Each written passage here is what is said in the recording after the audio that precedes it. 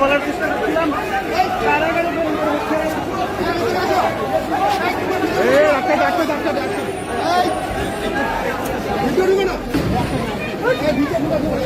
কারাগারে ঢুকে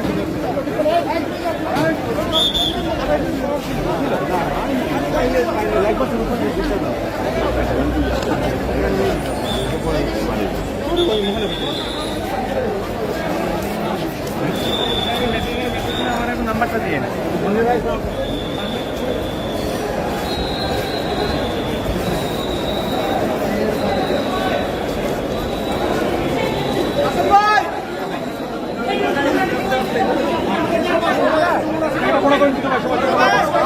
পিছনে যান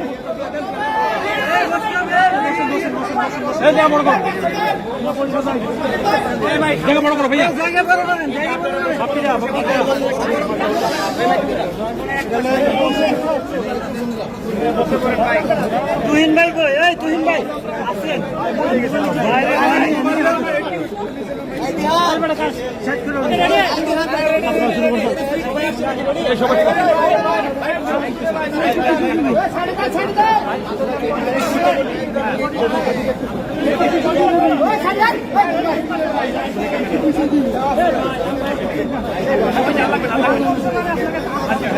ঠিক আছে ভাই জোরে বলি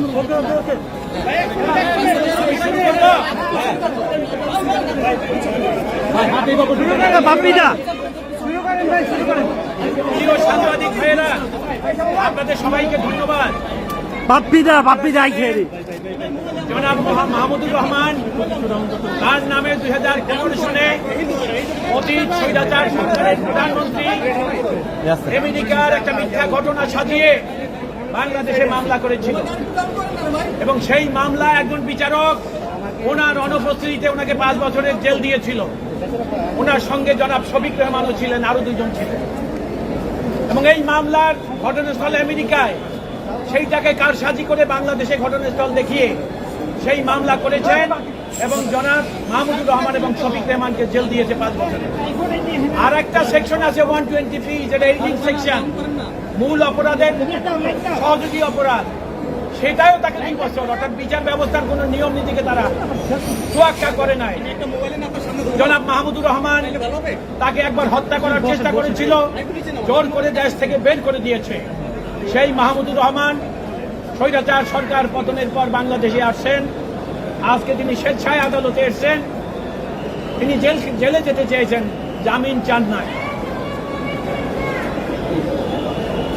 আমরা আদালতের কাছে তার জামিনের প্রার্থনা করি নাই, তাকে জেলে পাঠাবার কথা বলেছি। আর যেহেতু তিনি মন্ত্রী ছিলেন, তাকে যেন প্রথম শ্রেণীর মর্যাদা দেওয়া হয়। জনাব মাহমুদুর রহমান জেলে গেছেন, উনি আপিল করবেন, তারপর জেল থেকে বেরিয়ে আসবেন, সেটাই আমাদের প্রত্যাশা দ্রুততম সময়ের মধ্যে। এই মামলায় সাজা দিয়েছে বিগত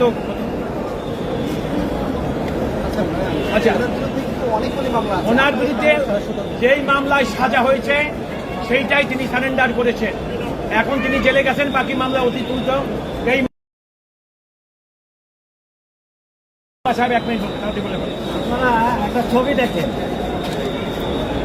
এই ছবিটায় বিচার বিভাগ বিচারের সময় কতটা নিচে গেছে যে দেখা যাচ্ছে সজীবদের জয়ের পিছনে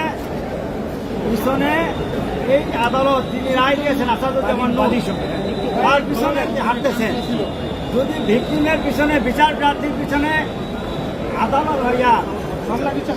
আদালত হাতে, পৃথিবীতে এরকম ঘটনা আর একটা নাই। আমরা আশা করব মাননীয় প্রধান বিচারপতি এটা দেখবেন এবং আমাদের বিএনপি ওই বিগত বছরে যে পরিমাণ অন্যায় বিচার হয়েছে, এই বিচারকরা যদি এইভাবে বিচার রায় দিয়েছেন এবং যারা এই সমস্ত অপকর্মের সাথে জড়িত তাদের বিরুদ্ধে ব্যবস্থা নিয়ে বলেন।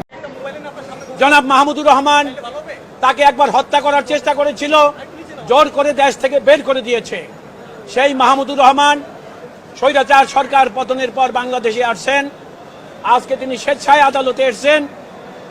তিনি জেলে যেতে চেয়েছেন, জামিন চান নাই। আমরা আদালতের কাছে তার জামিনের প্রার্থনা করি নাই, তাকে জেলে পাঠাবার কথা বলেছি। আর যেহেতু তিনি মন্ত্রী ছিলেন, তাকে যেন প্রথম শ্রেণীর মর্যাদা দেওয়া হয়। জনাব মাহমুদুর রহমান জেলে গেছেন, উনি আপিল করবেন, তারপর জেল থেকে বেরিয়ে আসবেন, সেটাই আমাদের প্রত্যাশা দ্রুততম সময়ের মধ্যে।